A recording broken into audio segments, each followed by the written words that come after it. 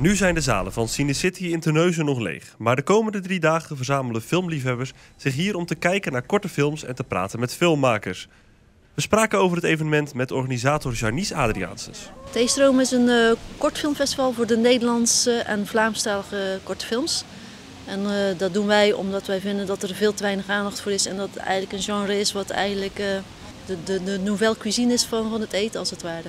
Het zijn prachtige werkjes, maar ze worden eigenlijk zelden in de bioscoop vertoond. Dus vandaar dat wij vinden dat er aandacht voor is. En ook, ja, ik ben zelf ook filmmaker, dus vandaar dat ik die geschiedenis ken, hoe vervelend dat het is als je film niet wordt vertoond. Ja, wat is nou het voordeel van een korte film? Nou, dat die in principe snel voorbij is. Als je hem niet leuk vindt, dan duurt het niet zo heel lang.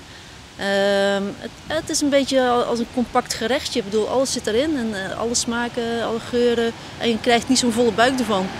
Dus eigenlijk, ik ben er wel fan van om verschillende korte films achter elkaar te kijken.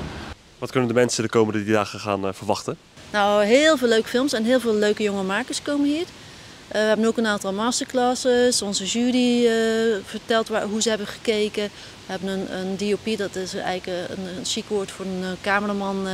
Die komt toelichten over zijn werk als voor allerlei langspeelfilms. Hoe hij dat heeft aangepakt en dat soort dingen. We hebben een masterclass ook in scenario schrijven. Ja, we doen ons best om voor iedereen ook een beetje prikkelend te zijn. En kom gewoon kijken en maakt niet uit of je wel iets weet van film of niet. Geeft niet.